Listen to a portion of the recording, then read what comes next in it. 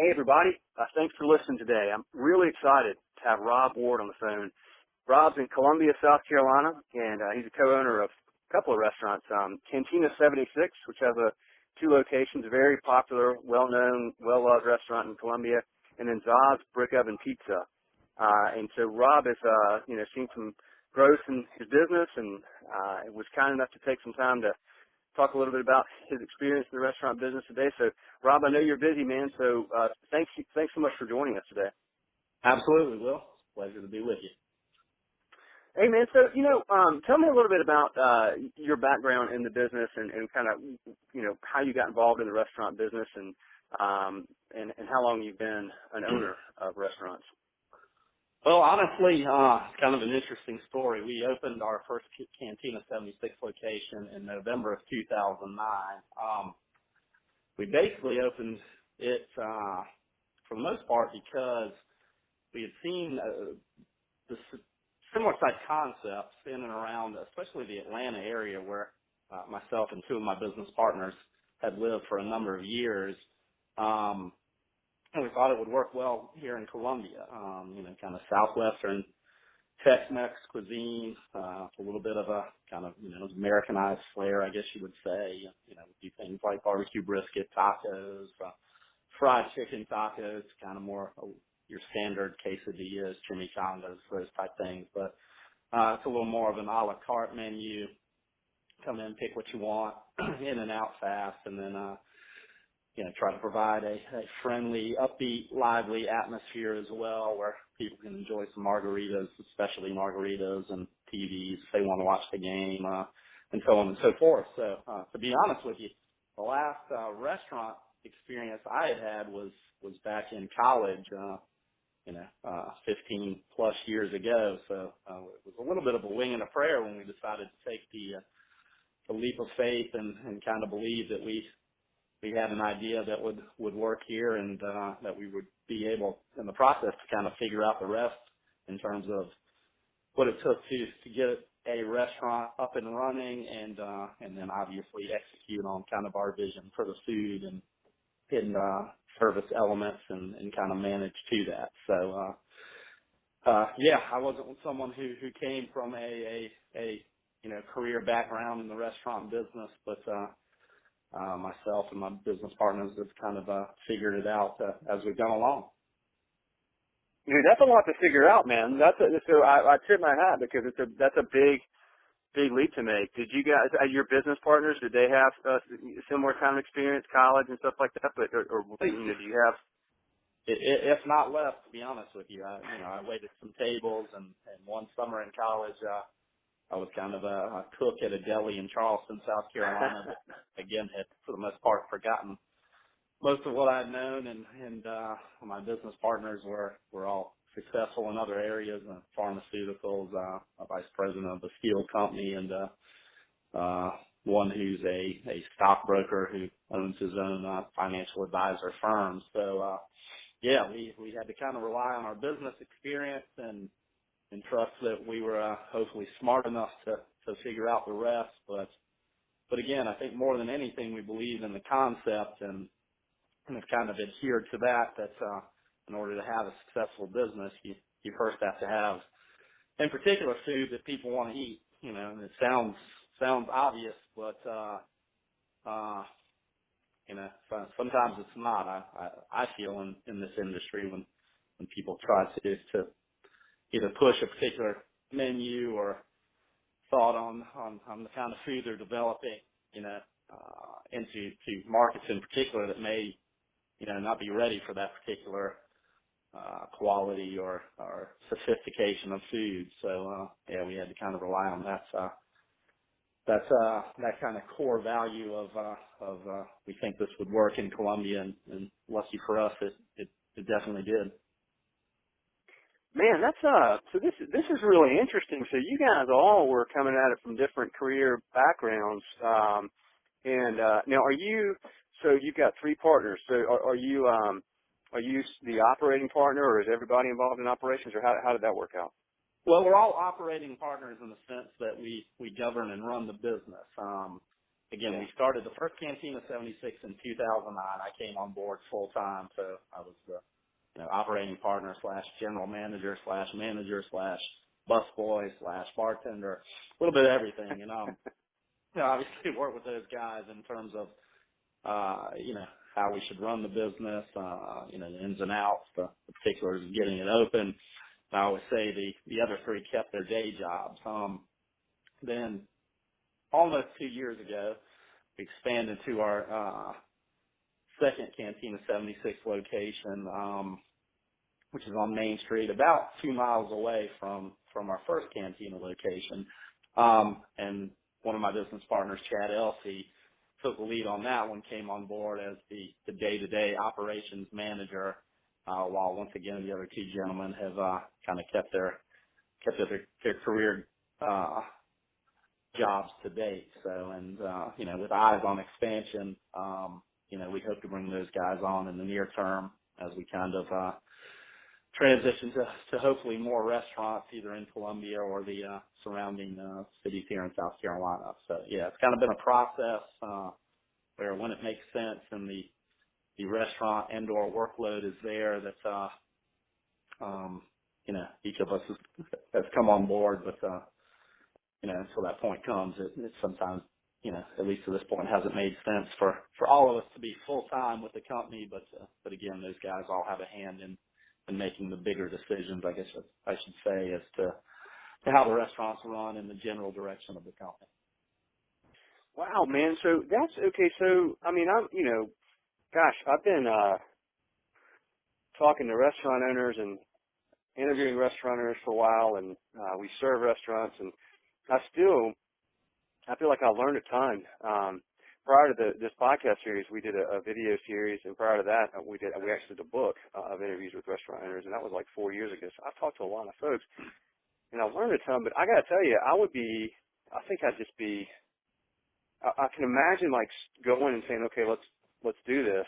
So that's a huge learning curve for you. What did you do? Like, where did you go? And to kind of, I mean, some of this stuff is you've got business experience that transfers over, and there's common business sense, and there's common financial sense and things like that would apply to any industry in a lot of ways as a business owner. But then, like starting a restaurant, hiring a staff, doing a build out, and then once you open your doors, running the place, there's so much that goes into that. So tell me a little bit about like what you did through the process of, from when y'all decided to do this to kind of getting ready to say, I'm ready to run this place day one. Yeah, it was almost entirely learning on the job, and it's funny when I think back to who I was as a restaurant owner, and more in particular who I was as a restaurant manager back in 2009 and probably a lot of 2010. It was honestly fairly laughable to be completely frank. I worked long hours, and I was willing to do every and anything from, like I said, bartending to helping busboys bus tables and taking out the trash. But back then I absolutely wasn't the most effective manager, and was certainly trying to soak everything in that I could. But it took time to kind of evolve from someone who was completely green and into someone who kind of got some experience behind him and kind of figured out the ins and outs of the restaurant business. And I learned from a few people. We were lucky in terms of, believe it or not, hiring some good college age girls that had a lot of serving experience that I could kind of tap into, basic things like, what should we do when we open the restaurant? How should we section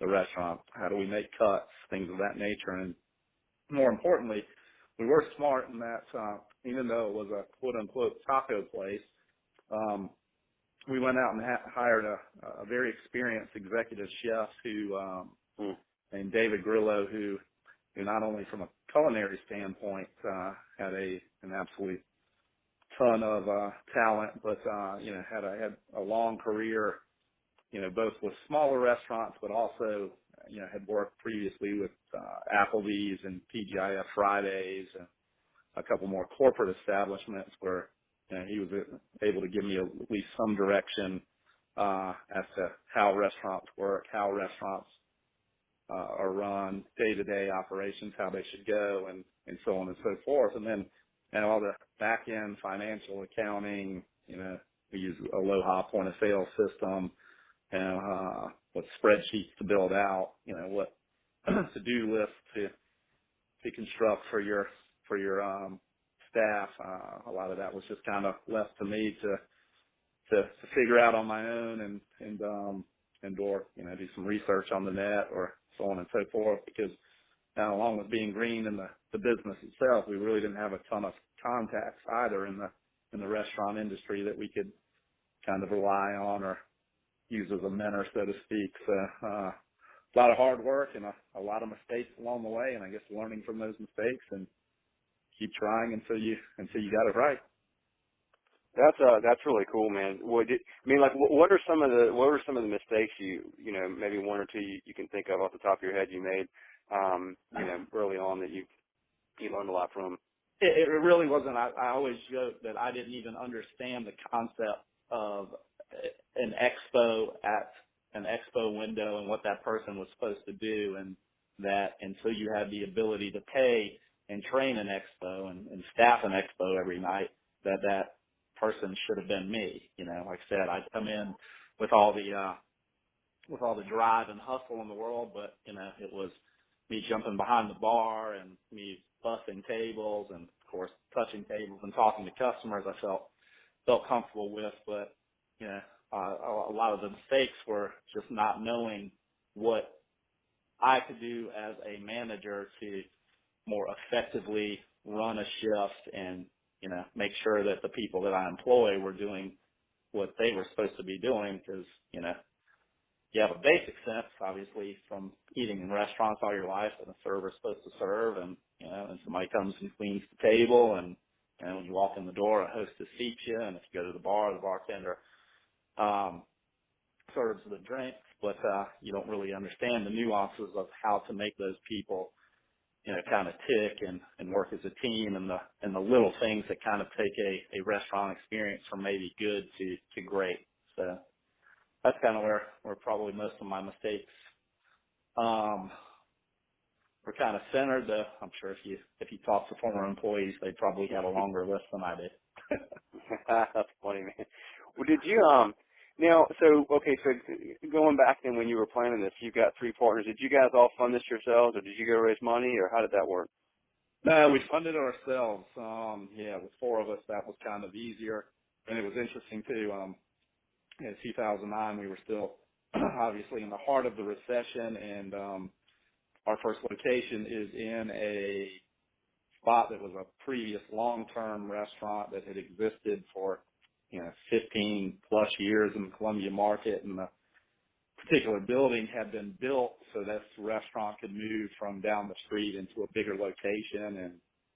And the guy who had owned that restaurant for a number of years sold it, and the guys he sold it to didn't know what they were doing, so they had run it into the ground in a period of less than a year. And so then the property sat, and because unlike today where this property literally would be snapped up in probably 30 days or less, it sat for 9 months, which allowed us to kind of focus and take our time, write a business plan, do our research, get our act together, so to speak. And we were lucky enough to still have the property sitting there waiting on us. So believe it or not, the recession played a big part in that. And then coupled with, like I said, because we're a more reasonably priced option restaurant wise at that time, I think a lot of the restaurant business was slowing down to more affordable options as compared to fine dining places. So even though it was a recession and everyone was struggling, I think we got the benefit of not having to try to make our way initially in a market where it was difficult to get people to come through the door, because, coming and spending $10, $15 on a taco meal was still feasible for most of the people out there. So that was kind of an interesting element as well.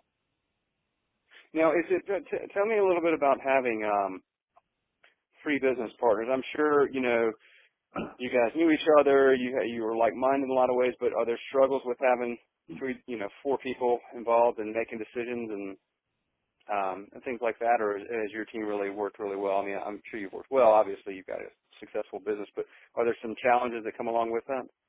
Oh, absolutely. I mean, we always joke we fight sometimes like brothers, and there's times where we probably look at each other and go, God, if it was only me, these decisions would come much Right. more quickly and fluidly and without, half the discussion / argument. But on the flip side, one of the things we've gotten very lucky with is that we're all four very, I guess, diverse in our thinking, and that creates for the discussion that I think ultimately leads to some great decisions being made. So yeah, the process definitely at times can be trying, but the end result, when you look back and you kind of get past it and a little time has passed, you look back and go, all right, I don't know if I would have made that decision if it was just me, or there's power in numbers. It's one thing I've learned too. It's like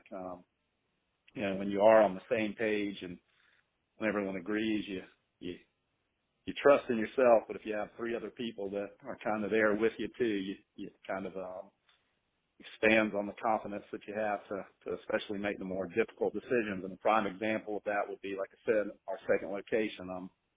It literally is 2 miles away, though a different area of town. It's right on the main street business district, high rise component of Columbia. But again, you find very few restaurants, even the Chipotle's and McDonald's of the world, that are putting restaurants that close, and I don't think I would have made the decision on my own to feel confident in putting a restaurant that close. But with four guys that huddled up and said, hey, this is a different area, different clientele, and the our restaurant business is where it needs to be.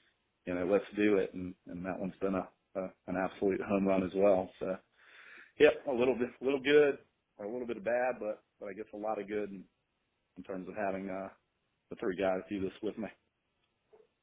So now, and that's worked out well. You guys opened 2 years later, which is pretty soon after the first one, especially since you guys were still kind of getting your feet wet. But so that worked out well, and you've now got two successful Cantina 76 locations, 2 miles away there in Columbia. Yep, correct. That's awesome. And then so now, when does Zaz open? Well, Zaz is interesting. Zaz was another restaurant that had been in existence for 15 years, still had a loyal following. It's located directly across the street from our first Cantina restaurant, and long-term establishment, but quite frankly, the owner had just less and less, as the years went on. He hadn't put any money into it, hadn't redone the property or the interior.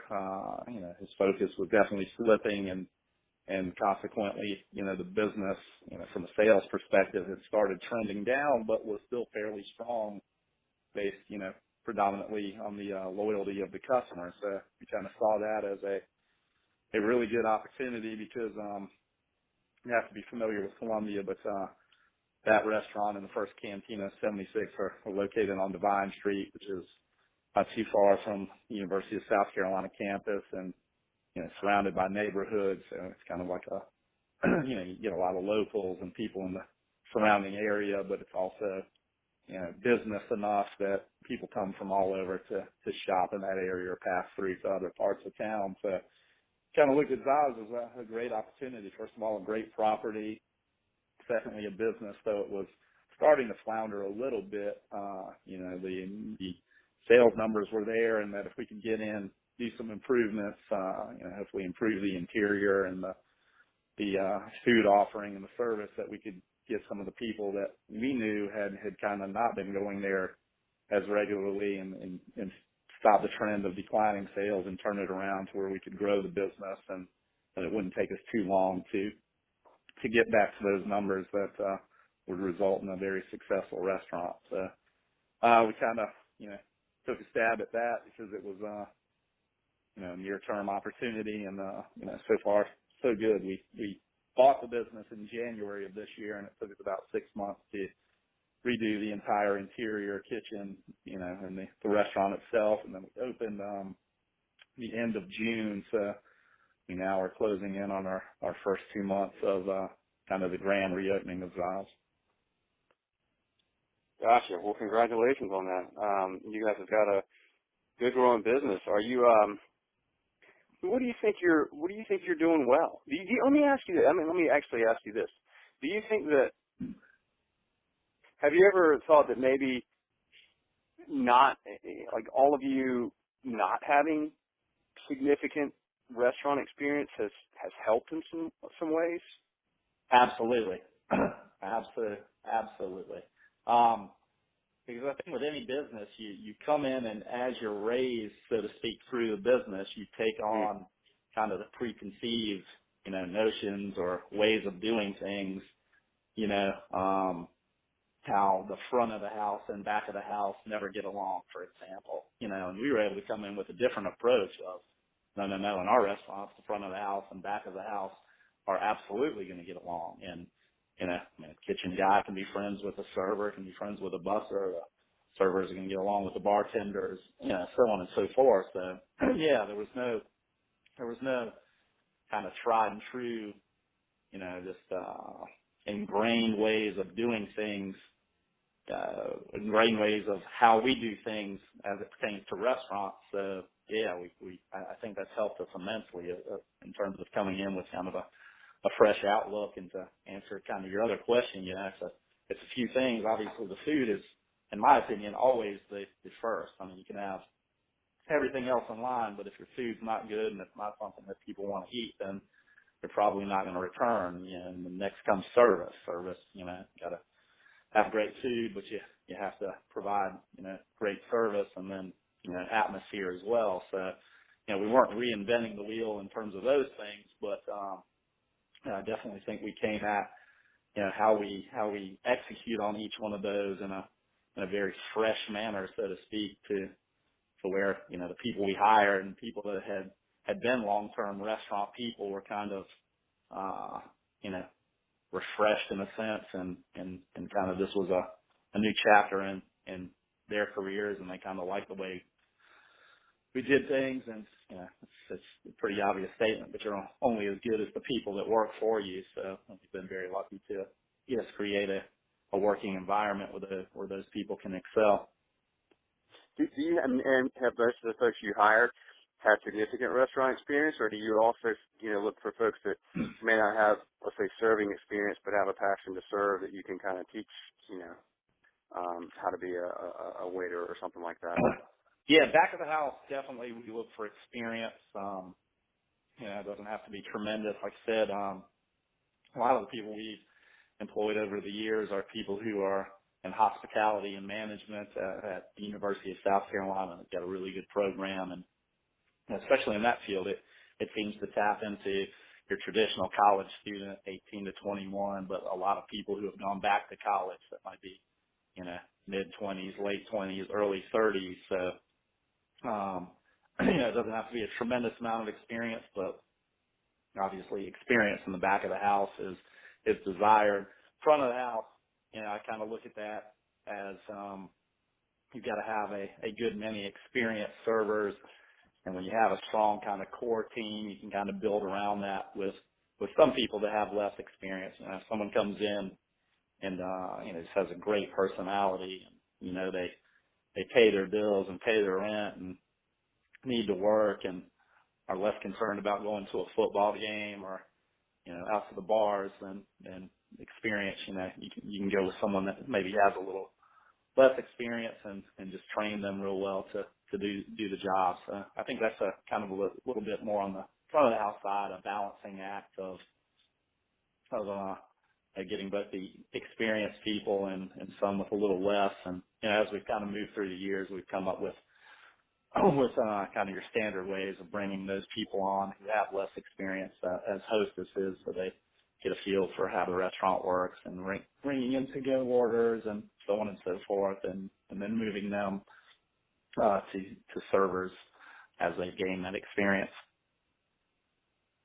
Well, now you guys are in a, folks listening, Robin, as I said, in Columbia, South Carolina. So there sits the University of South Carolina, a booming, growing, thriving university, great, athletic program, gigantic student body. Is being in a college town a good thing? Has that benefited the business, or is that something that kind of contributed to why you guys wanted to be in Columbia, or talk about that a little bit?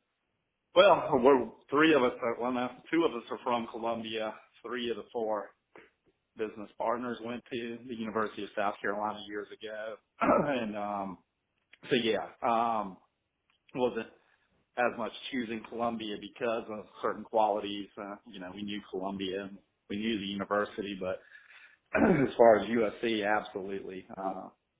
It's a university that 5 years ago was 28,000 students strong, and I think it's up to probably the mid-30s at this point. And what's most interesting about being in a college town is if you can capture some of the college market, it almost provides a just steady stream of potential customers. And I think with any restaurant, a restaurant opens if you like it, you may eat there 2 or 3 times a week, and 6 months later you might be eating there once a week. 6 months after that you might be eating there once every 2 weeks, and then once every month. And I think it's just the natural order of things that we get tired of places we go to over and over, and though we don't abandon the business per se, we're just not going there as frequently. And I think we found with the USC students that kind of when you hit that cycle, well, then they graduate, and you have a perpetual new flow of students coming in that can patronize your business and provide customers that you need. So yeah, USC has been absolutely great to us, and we love the USC students, no doubt about it. How do you lots of good restaurants in Columbia now, more and more all the time. How do you guys what's worked for you for attracting attention to the restaurants and getting people in the doors?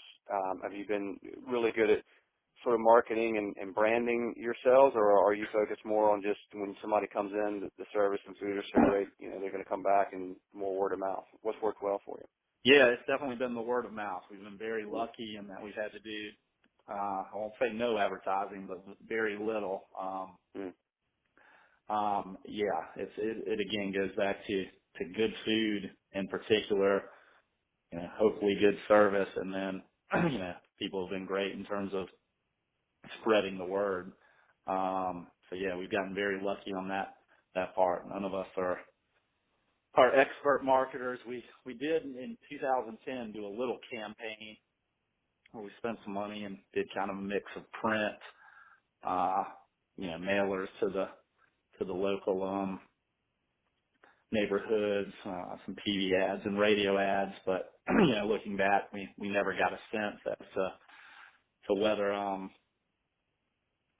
not that was truly effective, and we haven't done any since kind of because of that. I will tell you, one of the things that was great is South Carolina, I know other states do as well, have a thing called Restaurant Week. It's usually in January of each year, where they do, a kind of statewide, branding and advertising of this thing, and restaurants can participate. And after our first year of operations, things were going okay, but not great.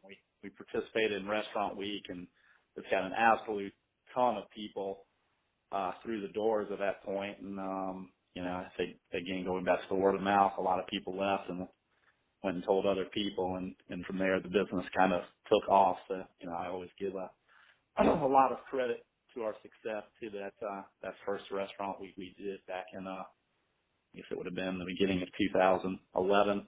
Yeah. So, so that was sort of a good lever for you. But you all, had you not been ready, had your food not been, really good, your service, your atmosphere, your ambience, all that stuff, then it would have been, could have been gone the opposite way. So you guys, it sounds like that's really cool. It's good to hear. Like, you haven't really had to plow money and maybe even more importantly, sometimes time into advertising and marketing, because then it kind of gives you, does it give you just, the ability to really kind of just focus heavily on what's happening within the four walls and making sure that experience is just great time after time, day after day? Yeah, absolutely. I mean, you think about it, even the smallest ads and, local magazines are really expensive. So, a lot of times if you're not spending $1,000 on an ad, you can spend $1,000 on a new TV, or, if you're not spending X amount on a radio spot, you can spend that on your stereo system or something along those lines. Or obviously too, it filters into, if you don't have a huge ad budget, you can spend more on your people. So like guy you want to hire on as a line cook that everyone else might pay $10, you're able to pay, $11.50. And so you're able to get good people to execute on the food, because that's the other thing. You talk about the number one goal, providing good cuisine. Well, you don't always have your chef there to make the food. He's training people too, and he needs time off as well. And so you got to have great people that can consistently execute on the vision as well. So yeah, absolutely. The lack of advertising has allowed us to be a little more free with our spending in other areas, which has definitely benefited the long-term success of the restaurant. That's awesome, man. So and now so Dodge, you're just kind of 2 months into the reopening, and what's next for you guys? I mean, you may not even have had time to even think about that yet, with Dodge being relatively new. But do you plan to continue to grow one or both of the concepts? Yeah, we're really more focused on the Cantina. That's our baby, and that's Yeah. the definitely the concept that I think lends itself to expansion. And it's kind of always been our plan. Like I said, we would not have delved into another area if not for Zaz being a place, like I said, that we grew up on and knew very well, and it being right in our wheelhouse location wise, and a great space that we think we can utilize for years to come, even if Zaz is not ultimately successful. So it's definitely Cantina, and we've been looking for a while now, to be honest with you, for locations in Greenville in particular, in Charleston, and an area, Lexington, which is an area outside of Columbia. And unfortunately, like I said, where I give major credence to kind of our general luck with starting this thing back in the recession, it's kind of a little bit of the opposite these days in terms of the economy being so hot and restaurants popping up, all over the place, but especially in Columbia. So that obviously ties up the real estate market and makes it a little more difficult to find that kind of prime location, because that's another thing that is obvious, but or should be obvious, but I don't think a lot of people execute on, is that you have to find a great location. And that takes being a little more patient, and so be it. But at least part of our success at both places was definitely due to simply where the building is located, and the surrounding opportunity in terms of, like I said, the neighborhoods and students for the Divine Street location, and the business clientele on Main Street. So yep, we're looking and hope to maybe move into one of those markets here in the not too distant future. Well, now let me ask you this then, because when you talk about a great location, so how do you know when? I mean, I guess there's sometimes it's obvious, but sometimes it's not. I mean, for instance, like you opened 2 miles down the road, and you guys had some difference in opinions initially about whether that should work. So how do you know when you got a great location? I don't know that you fully do until you open, to be honest. It's like with anything. There's a large amount of inherent risk in every restaurant decision you make, especially with the location. I think one of the things that, at least with Columbia, we just know the town inside and out, because we've either grown up here or been here a long time. So that'll obviously be different with some of these other cities. One of our business partners is from Charleston, and we all spend a good deal of time and have a number of friends in Charleston, so we've got a pretty good bead I think on what quote unquote great locations may be there, areas that are up and coming, the more developed areas, so on and so forth, that we choose to go to Greenville. Quite frankly, it's going to be a little bit more of a challenge. We don't know as many people up there. We haven't spent as much time, so that'll be a good question to put on your list for the next podcast a couple years later, next interview, to see if we right. if we were able to figure that out when we do expand. Well, two really good markets, Greenville and Charleston. I mean, Charleston, my goodness, that's good to know. I mean, good to have some insight down there. That's a wonderful culinary scene, a competitive market, a growing market, and then Greenville is just, I think, one of the becoming one of the more popular places in the Southeast for people to move to. So, absolutely, yeah, that's great, man. Well, so look, I think hey, man, like I said, I tip my hat. I admire what y'all have done. I admire the the confidence and willingness to go out and throw your hat in the ring and give this business a try. It's a tough business. A lot of people don't get it right. So you guys have done really good stuff, and that's an inspiring story. And I cannot thank you enough for the time, and I wish you and your team, continued success with it. And really appreciate you taking the time. This is great. I love hearing this, man. I'm so inspired. Like, I don't have to have had it. I could do this one day. And those of you listening, you can. If you take your time and you are thoughtful and what all the stuff that Rob has talked about today, if you get after it, you can do that as well. And I guess one thing I'd say, Rob, too, or I'd ask, I mean, and I meant to ask you this earlier, but tell me one more thing and I'll let you roll. I think I'm asking, I know the answer here, but I've got to imagine that because you had to learn, on the job, as you said, you had to do pretty much everything in there. Does that help you as a leader of your team, having, so you're kind of like not going to tell anybody to do something you haven't done yourself, right? Yeah, I very much believe in leading by example, and absolutely, it's just the more you can do in a restaurant, then the more you can coach on how to do that job in a restaurant, and just as importantly, the more you understand the challenges that those people face. Mm-hmm. One thing, for example, I'll give you a prime example.